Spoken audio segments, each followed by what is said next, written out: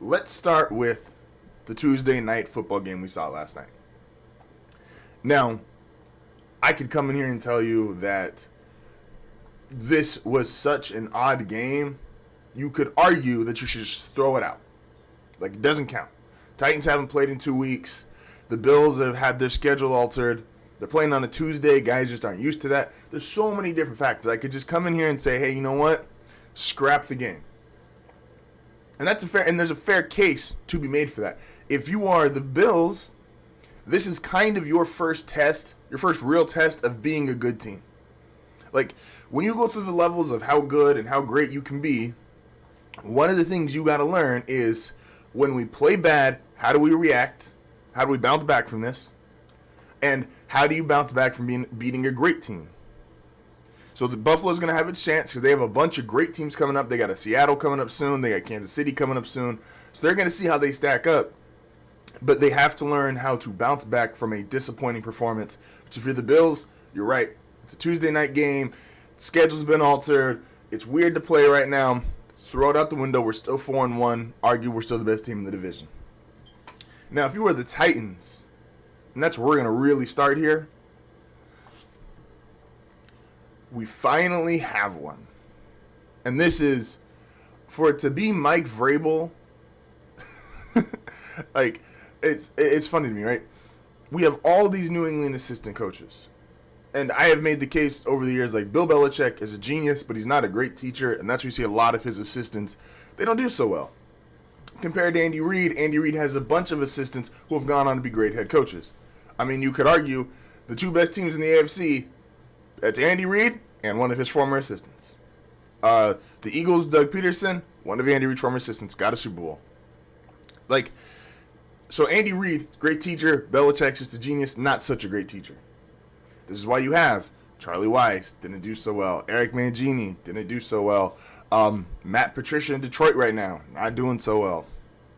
Then you've got Mike Vrabel in Tennessee. And Mike Vrabel in Tennessee, now, we don't want to admit it because maybe the guys we don't look at in the same light. Well, what is different about this Tennessee Titans team and that first version of the Patriots dynasty? Think about it. In between 2000 and 2003, that very first, because the Patriots essentially have like 3 different dynasty teams in the way that they spread out all of their Super Bowls.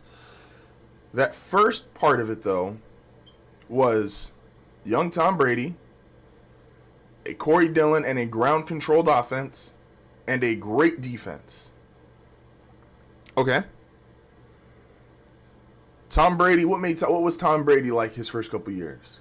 Well, he didn't make a ton of mistakes, was good off play action, and could do just enough that he was above a game manager, but he wasn't outright winning games for you.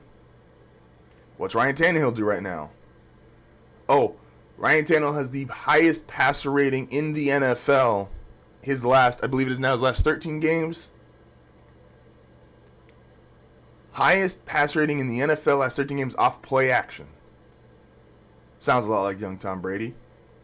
Ryan Tannehill last night, a couple of touchdown passes, not insane amount of yards, finished under 300, didn't have to over 300 yards passing. Didn't throw the ball all over the field. But he ran for a touchdown. He threw a couple touchdowns. He was more than a game manager, but he didn't overtly win them the game.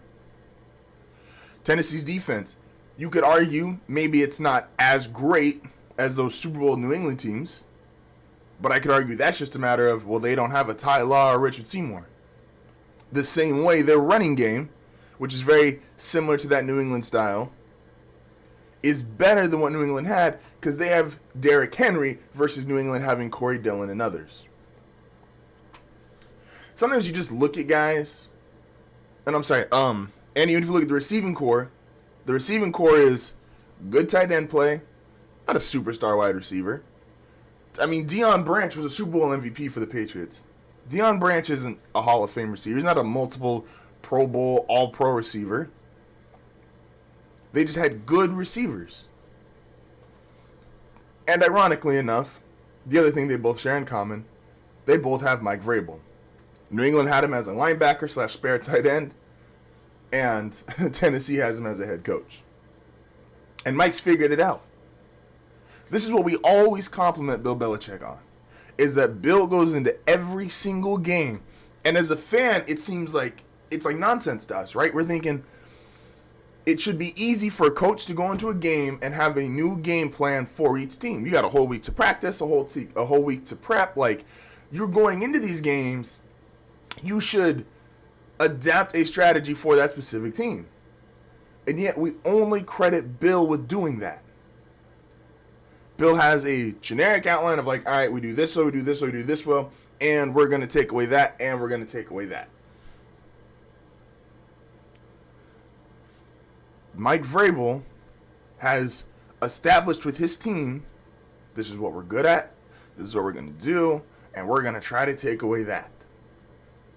Buffalo last night could not throw deep.